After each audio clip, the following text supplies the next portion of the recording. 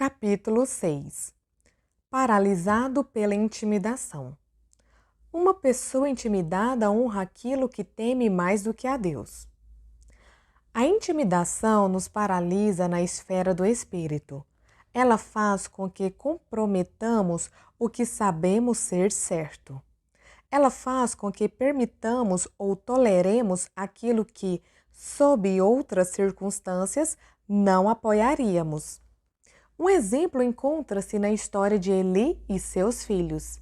Antes de Israel se tornar uma monarquia, era governada por juízes que Deus levantava em momentos críticos da história da nação. De acordo com a Bíblia Deik, Eli era o 15º juiz de Israel. Ele não apenas julgava, como também era o 7º sumo sacerdote. Ele julgou Israel por 40 anos. Seus 2 filhos, Ofni e Finéias, também eram sacerdotes. Agora vamos dar uma olhada na atmosfera espiritual sob a liderança de Eli. Naqueles dias, a palavra do Senhor era muito rara. As visões não eram frequentes. 1 Samuel 3:1.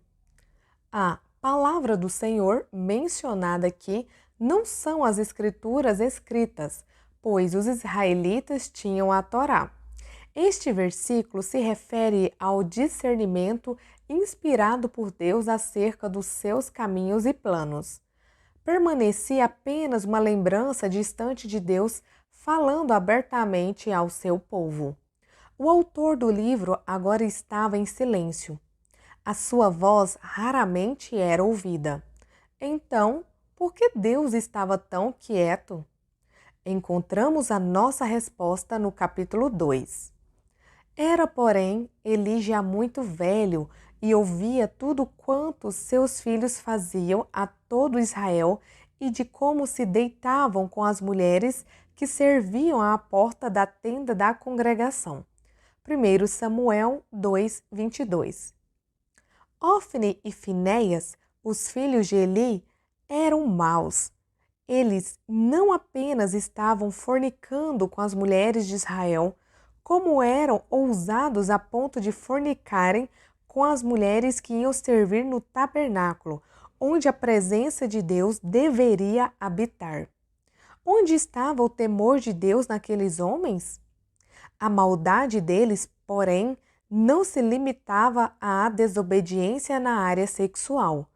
Eles também tomavam à força as ofertas de carne crua levadas pelo povo.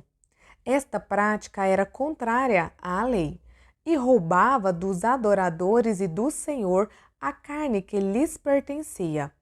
Isto fazia com que o povo de Israel desprezasse a oferta do Senhor.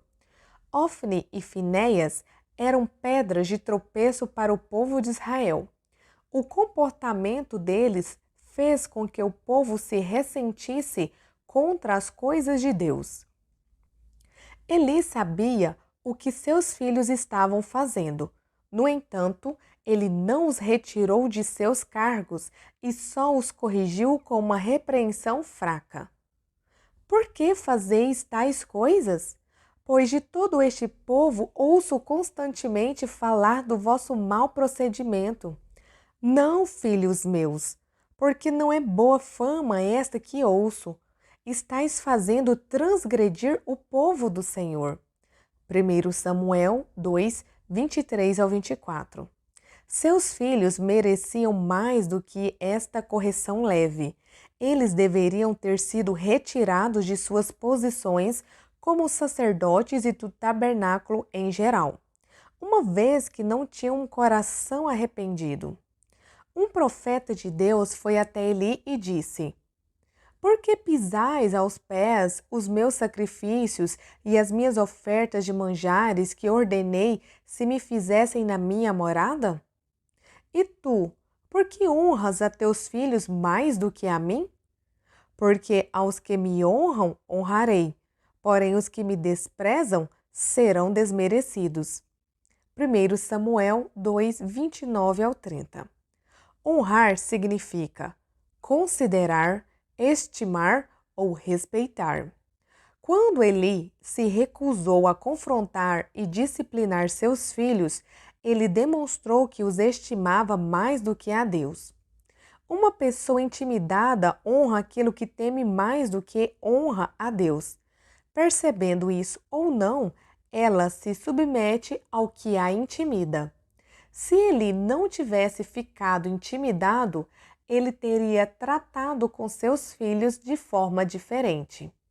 Mais tarde, Deus fala com Samuel a respeito de Eli.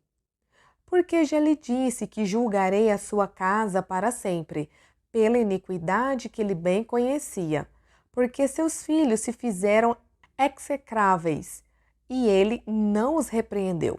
1 Samuel 3:13. A palavra do Senhor era rara, e a iniquidade reinava sem restrições, porque o juiz e sumo sacerdote tinha medo de seus filhos. Ele havia perdido o seu lugar de autoridade e a sua capacidade de julgar retamente e de ministrar sobre Israel se fora. O propósito de Deus havia sido frustrado. Os inimigos de Israel se fortaleciam por todos os lados, enquanto a corrupção reinava no interior da nação. Quando os líderes abdicam de sua autoridade, todos os que estão debaixo dos seus cuidados sofrem.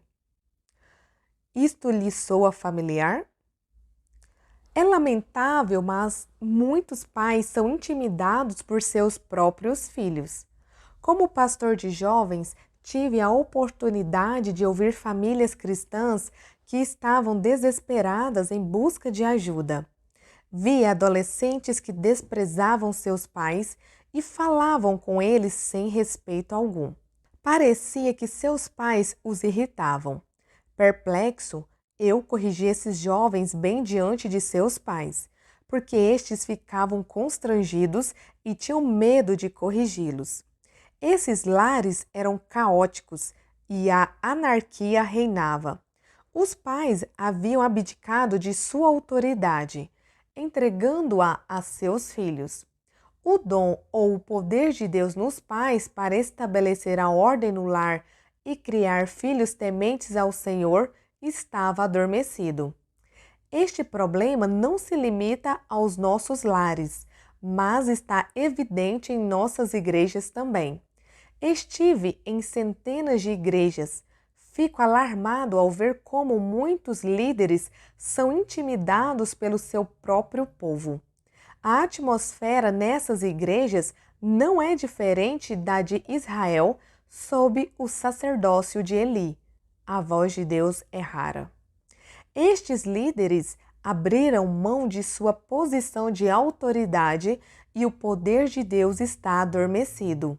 Os pastores pregam em todos os cultos e há louvor e adoração, mas há pouca ou nenhuma evidência da presença de Deus. Estes pastores preparam a mensagem cuidadosamente para não ofender ou confrontar aqueles que estão em desobediência. Quando não fazem isso, criticam abertamente o povo, frustrados, batendo nas ovelhas para encobrir a sua intimidação por causa de alguns poucos. Mas em tudo isso há pouca, ou nenhuma, vida espiritual. Rara é a descrição bíblica da presença de Deus. Pode haver um jorro de vida aqui ou ali, mas a presença de Deus não permanece e a sua palavra não é livre para fluir como uma fonte de águas vivas. A Igreja dos Mortos-Vivos. Em 1990, ministrei em uma igreja do Evangelho Pleno. As pessoas da igreja acreditavam que estavam vivas e se movendo com Deus. Quando preguei no domingo pela manhã, senti como se minhas palavras estivessem sendo arremessadas de volta em meu rosto. Era como pregar face a face com um muro de tijolos. Havia uma pesada atmosfera de rebelião. Eu não conseguia entender. O pastor e sua esposa eram as duas pessoas mais doces que eu já havia conhecido. O filho deles dirigia o louvor e era um jovem maravilhoso. Fiquei confuso, até que fui almoçar com eles após o culto. O pastor disse: John, tenho uma pergunta a lhe fazer. Há um casal em minha igreja que se divorciou. Ambos continuam a vir, sentando-se em lados opostos da igreja. Então o homem, que é o líder dos introdutores, conheceu uma mulher mais jovem na própria igreja e começou a namorá-la. Depois de algum tempo, ela foi morar com ele. Agora estão vivendo juntos. O que faço? Eu não conseguia acreditar que ele precisava me perguntar isso. Perplexo, perguntei: Você quer dizer que não o excluiu da igreja? Não, respondeu ele, mas eu pedi que ele deixasse o cargo de líder dos introdutores. Comecei a pregar para o pastor e sua esposa por 1 hora. Disse a eles como Paulo lidava com os presbíteros na igreja de Corinto. Um homem estava vivendo em imoralidade ali também. Paulo repreendeu-os. E contudo, andais vós ensoberbecidos e não chegastes a lamentar para que fosse tirado do vosso meio quem tamanho ultraje praticou? 1 Coríntios 5:2. Paulo disse que o homem deveria ser excluído da igreja e explicou por quê. Não sabeis que um pouco de fermento leveda toda a massa? 1 Coríntios 5:6. O fermento penetra lentamente na farinha e se espalha por toda a massa, fazendo com que todo o pão adquira a capacidade para crescer. Paulo compara o pecado não tratado, flagrante e voluntário em nossas igrejas ao fermento no pão. Advertir aquele pastor: Você está permitindo que o pecado se espalhe sem ser tratado em toda a sua igreja. Deus o responsabilizará pelo efeito sobre as outras ovelhas. Prossegui. Um pastor não apenas alimenta as ovelhas, mas também as protege. Você gosta de alimentá-las, mas tem medo de protegê-las porque não gosta do confronto. Mas ambos são importantes. Você precisa confrontar este homem de uma maneira firme e amorosa. E se ele não se arrepender imediatamente, exclua-o da igreja. Se não alimentarmos as ovelhas, elas morrerão, mas se não as protegermos, elas serão devoradas. Ele e sua esposa ficaram brancos. Ela disse: Não sei se quero continuar no ministério. Tudo o que quero fazer é amar as pessoas. Respondi: Se você não proteger essas pessoas, isto é um amor conveniente e não verdadeiro amor. Eles admitiram que estavam se sentindo intimidados por algumas pessoas da igreja. Eles se abriram e me contaram sobre outros problemas. Na equipe de louvor, havia alguns músicos que eram desrespeitosos. Eu disse a eles o quanto havia me sentido frustrado durante o culto e que agora sabia por quê.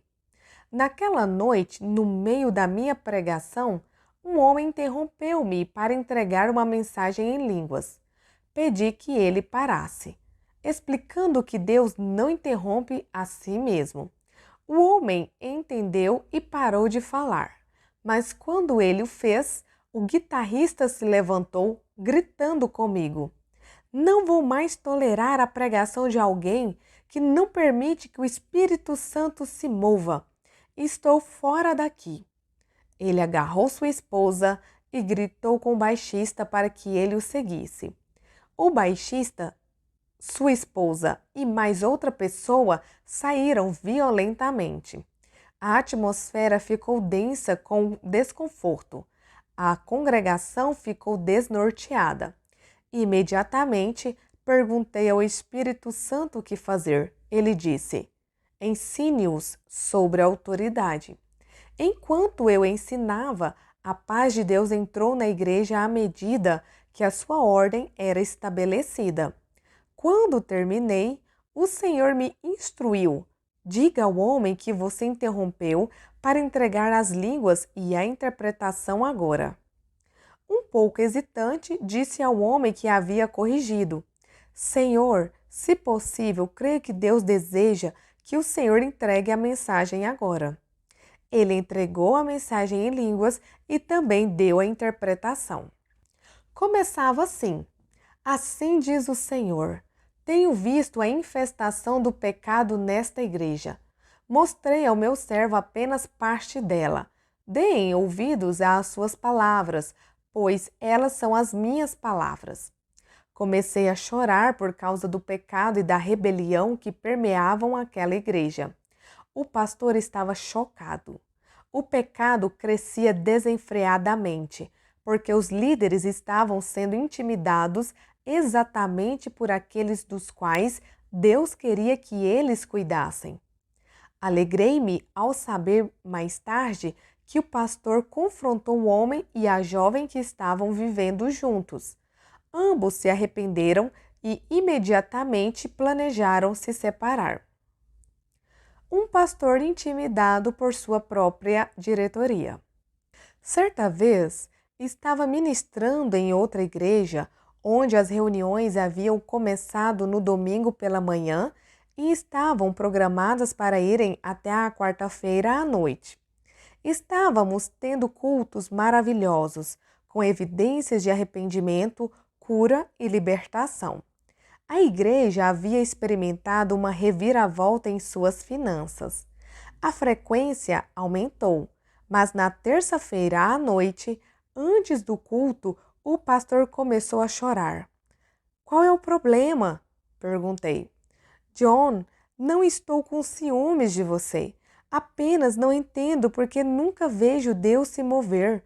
Sou cheio do Espírito Santo, mas nenhum dos dons do Espírito opera nos meus cultos. Ninguém é curado ou liberto e tudo parece ser tão difícil. Então, comecei a fazer perguntas.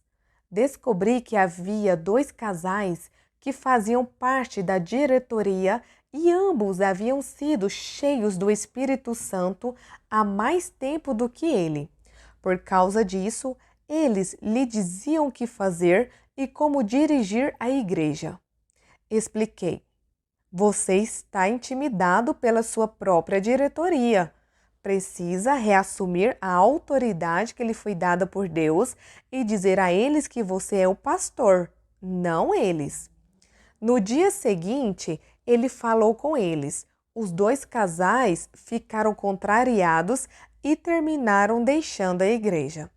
As reuniões se prolongaram e na última noite, um grupo de pessoas veio à frente para receber oração. Mas o Senhor me disse: Você não deve orar por essas pessoas. É o pastor quem deve orar por elas. Olhei para o pastor e pude ver o poder de Deus sobre ele. Pastor, disse eu, Deus está dizendo que você deve orar por estas pessoas. Ele começou a correr em meio àquele grupo de pessoas. Ele apenas as tocava e elas caíam sob o poder de Deus.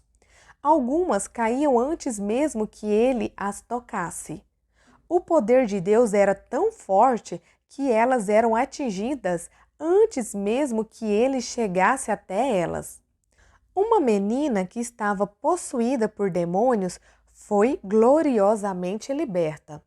Depois de alguns minutos, todos naquele grupo de pessoas estavam no chão, sendo ministrados pelo Espírito Santo. O pastor voltou-se, olhou para mim e caiu de costas no chão. Sua esposa teve de encerrar o culto. Meia hora mais tarde, 2 homens o levantaram do chão. Aquela igreja nunca mais foi a mesma. O poder de Deus no pastor estava inoperante por causa da intimidação. O resultado foi que a presença e o poder de Deus eram raros naquela igreja. Depois de quebrar o poder desta intimidação, o dom de Deus foi liberado. Mesma história, cenário diferente. Testemunhei provas de que este princípio é verdadeiro em inúmeras igrejas, assim como na vida de pessoas.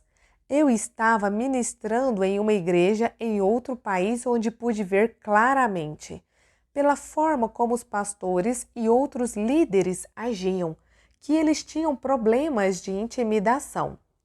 Preguei durante toda a semana, incentivando-os a permanecerem fortes no espírito e a avançarem em direção ao seu alto chamado em Deus. 4 meses após minha partida, o tamanho da igreja havia triplicado. Eles passaram de um prédio de 400 lugares para um auditório com 2.000 lugares. Quando retornei após um tempo àquela nação, o pastor me disse que ele e sua igreja não foram mais os mesmos desde que quebraram as cadeias da intimidação. Fui convidado para ministrar durante 3 dias em Atlanta. Na última noite, preguei sobre quebrar o poder da intimidação. O pastor foi gloriosamente liberto da intimidação que sofria pelo seu próprio povo. Ele disse: "Você precisa voltar imediatamente e ficar por uma semana." Então, voltei 3 semanas depois e realizamos 9 cultos. O poder e a presença de Deus eram tão fortes que algumas pessoas tiveram de ser carregadas para suas casas depois da meia-noite. As pessoas ligavam para o pastor em sua casa, no meio da noite, perguntando o que deveriam fazer porque ainda estavam sendo tocadas pela presença e pelo poder de Deus. Elas nunca haviam visto Deus se mover de forma tão poderosa. Esta igreja teve reuniões de avivamento todas as semanas durante 9 meses depois desses acontecimentos. O pastor me ligava para dizer o quanto os cultos em sua igreja haviam sido poderosos e para contar quantas coisas maravilhosas estavam acontecendo na vida dos membros. Ele disse que não havia 2 reuniões iguais. A igreja aumentou de 400 para 700 membros. Ele me disse em diversas ocasiões que a noite em que eu preguei sobre quebrar o poder da intimidação foi um momento decisivo em sua vida e ministério. Estive em outra igreja, entre aspas, avivada. O louvor e a adoração eram capazes de fazer você dormir. O pastor se levantou, fez alguns anúncios e, entre aspas, ensinou sobre as ofertas. Era tudo tão monótono como jamais havia visto em minha vida. Enquanto comíamos depois do culto, o pastor só falava sobre futebol e outras coisas sem importância. É desnecessário dizer que o almoço foi um tédio. Na manhã seguinte, Deus quis que eu pregasse sobre quebrar o poder da intimidação. No meio da mensagem, o pastor caiu ao chão, falando sobre as fraquezas que havia tolerado em sua vida e em seu ministério. Eu sabia que Deus estava fazendo uma obra em sua vida, mas não imaginava a que ponto. No dia seguinte, ele me ligou. "John, minha mulher só dormiu por 1 hora e eu nem sequer fui para a cama", disse ele. Ficamos acordados a noite toda, nos arrependendo e chorando, e depois rindo. Então começávamos tudo de novo: arrependimento, choro e depois riso. Naquele dia, ele convocou a diretoria e se arrependeu diante deles, pedindo perdão por não ser o líder que Deus o havia chamado para ser. Alguns membros da diretoria acabaram deixando a igreja quando perceberam que não podiam mais controlá-lo. O restante de sua equipe, porém, uniu-se a ele e apoiou o seu crescimento. A igreja e este homem nunca mais foram os mesmos. Agora, 4 anos depois, o louvor e a adoração estão vivos. Eles têm tido reuniões de avivamento todos os finais de semana durante os últimos 2 anos. Quando o pastor me telefona, o único assunto dele é o que Deus está fazendo e falando através dele e o que está acontecendo na sua igreja. Voltei lá várias vezes e cada vez a coisa fica melhor. Ele também me disse várias vezes que esta mensagem foi um momento decisivo em sua vida e ministério. Esta liberação não é apenas para pastores e líderes, mas também para todos os crentes. Recebemos muitos testemunhos de pessoas que foram libertas em cada área de suas vidas por terem quebrado as cadeias da intimidação. Uma mulher estava presente em um culto no qual preguei sobre quebrar o poder da intimidação. Após o culto, ela disse que sentiu as garras do medo e da intimidação serem soltas de sua vida. Algumas noites depois, ela e sua filha foram atacadas e ficaram sob a mira de um revólver na entrada de sua garagem. 3 jovens as atacaram, agarraram a bolsa da mulher e cercaram-nas rapidamente. Uma grande ousadia se levantou dentro dela e ela começou a falar em línguas o mais alto que podia. O jovem que estava segurando a arma gritou: "Pare com isso!" Ela não parou. O jovem ficou tão confuso que a filha dela conseguiu correr para dentro de casa e ligar para a polícia. Os homens fugiram, levando apenas a bolsa. No dia seguinte, um homem cristão decidiu andar até a casa de sua mãe por um caminho diferente do que costumava fazer. Ele encontrou a bolsa da mulher em um bosque e ligou para ela. Os dois se alegraram juntos. Só estava faltando uma pequena quantia em dinheiro e todos os seus documentos ainda estavam na bolsa. Ela disse à minha esposa que acreditava que esta mensagem havia liberado a coragem que salvou sua vida. No passado, ela ficava intimidada com tanta facilidade que teria ficado oprimida pelo medo em um confronto como aquele. Ela estava muito entusiasmada por estar livre.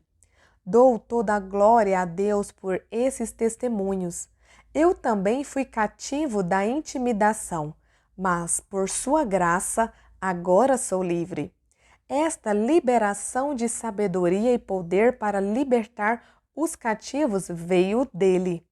Nós identificamos o medo e a intimidação e a capacidade que eles têm para impedir o poder e o dom de Deus, e até mesmo paralisá-lo, como acontece na maioria dos casos. Entretanto, o nosso propósito é ir além da simples identificação e seguir em frente, para quebrar as suas garras mortais.